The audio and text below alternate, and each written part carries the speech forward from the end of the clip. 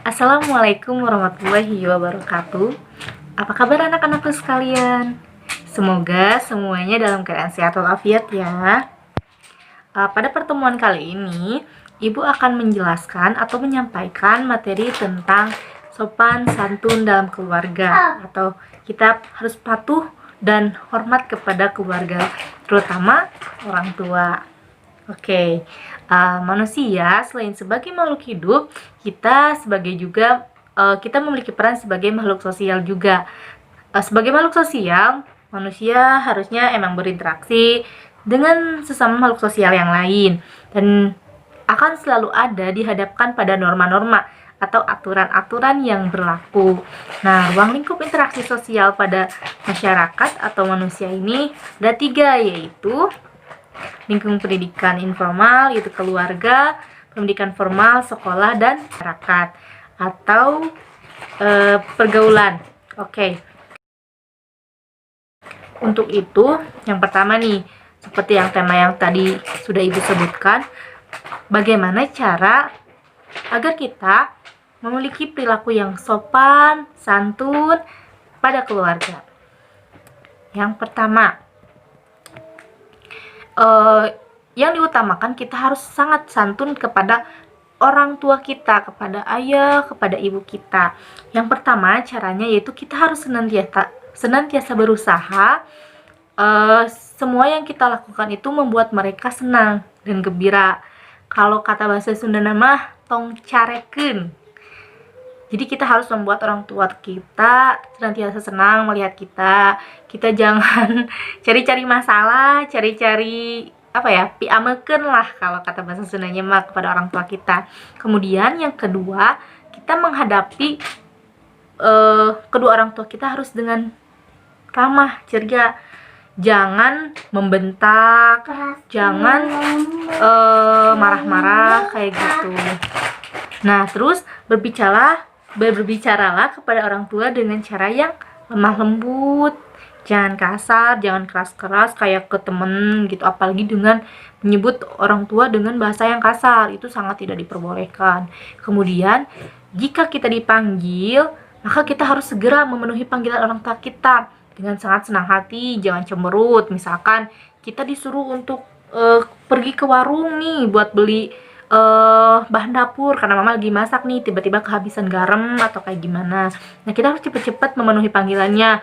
Misalkan kita emang lagi main HP atau lagi apa, kita harus tetap langsung gitu, jangan nanti gitu, jangan kayak gitu. Kita harus langsung ya. Kemudian memperlakukan kedua orang tua kita dengan penuh rasa hormat kayak tadi. Jadi jangan samakan kita berbicara kita dengan teman-teman kita dan bicara kepada orang tua, jangan disamakan ya. Kalau misalkan ke teman-temannya emang sopan santun, ya harus disamain, malah harus dilebihkan, kita harus lebih sopan dan santun. Tapi misalkan kita kalau bersama teman bicaranya agak barbar ya, agak gimana gitu, keras, teriak-teriak atau gimana. Nah, kalau dengan orang tua kita nggak boleh kayak gitu. Kalau kata anak zaman sekarang nggak boleh barbar ke orang tua mah gitu. Terus oke, kemudian jika sedang makan bersama, kita harus mempersilahkan orang tua terlebih dahulu untuk mengambil makanan atau makan dan minum terlebih dahulu. Kemudian jika kedua orang tua memerlukan bantuan kita, segeralah membantu dengan sebisa kita gitu, dengan senang hati, jangan cemberut, jangan disuruh nyuci piring sambil cemberut, sambil marah-marah, sambil menggerutu. Tapi dilakuin juga kan kayak gitu. Terus nah itu jika kedua orang tua kita melakukan kesalahan atau kehilafan, ya namanya juga manusia ya, pasti ada hilaf dan lupanya. Jadi kita harus bisa mengingatkan dengan cara yang santun, jangan membuat mereka sakit hati atau tersinggung. Jadi kayak membalik-balikan, mama gitu, bapak mah gitu, kayak gitu. Jadi tetap dengan cara yang santun kalau mengingatkan. Jadi jangan sampai teriak-teriak atau membentak ataupun mengeluarkan kata-kata yang kasar ataupun itu yang penting.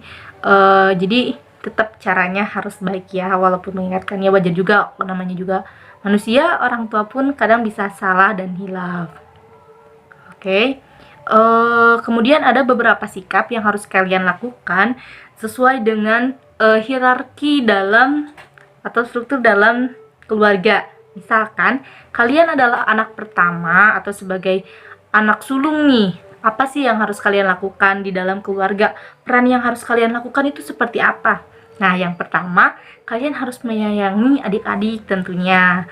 Terus harus memberi teladan yang baik kepada adik-adik kalian dan memberikan peringatan atau nasihat kepada adiknya jika adik semua melakukan kesalahan dengan cara yang baik pula. Jangan bentak-bentak, jangan cara yang keras lah, kasar gitu. Terus yang terakhir juga harus memberi bantuan atau menolong kepada adik jika diperlukan atau dipandang perlu. Nah, intinya harus jadi tauladan kakak yang baik lah ya. Oke, kemudian jika kalian berada di posisi sebagai anak bungsu, kalian harus menghormati kakak kalian tentunya. Terus saat pada nasihat kakak-kakak, selama nasihat tersebut masih ada dalam kebaikan ya. Kalau misalkan nasihatnya atau pepatah yang dalam menjerumuskan atau pada yang tidak baik, jangan didengarkan. Kemudian jangan tersinggung apabila diperingatkan oleh kakak-kakaknya jika kalian sudah melakukan kesalahan ya. Kemudian yang terakhir, minta bantuan pada hal-hal tertentu pada kakak gitu. Misalkan emang kalian mengalami kesulitan dalam belajar nih, ya tidak ada salahnya kan kalau misalkan kita minta bantuan kepada kakak kita. Ya siapa tahu kan kakak bisa membantu. Jadi berbagilah apa yang kalian rasakan. Misalkan ada kesulitan nih, kira-kira membutuhkan bantuan. Jadi jangan sungkanlah meminta bantuan kepada kakak kalian. Nah, kemudian selain dari sopan santun dalam keluarga, nah tentunya pasti ada dampaknya dong kalau misalkan perilaku kita dalam keluarga akan terlihat ketika di sekolah. Nah, kira-kira sikap sopan santun apa sih yang harus kita lakukan ketika berada di sekolah? Seperti di antaranya yaitu saling tolong menolong sesama teman, kemudian saling menghormati, saling menghargai persaudaraan, pemurah, penyantun, menepati janji, berkata sopan, dan berlaku adil.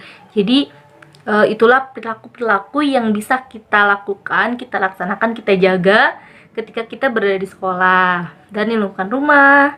Oke, sekian pemaparan materi yang bisa Ibu sampaikan. Terima kasih ya sudah mendengarkan sampai akhir.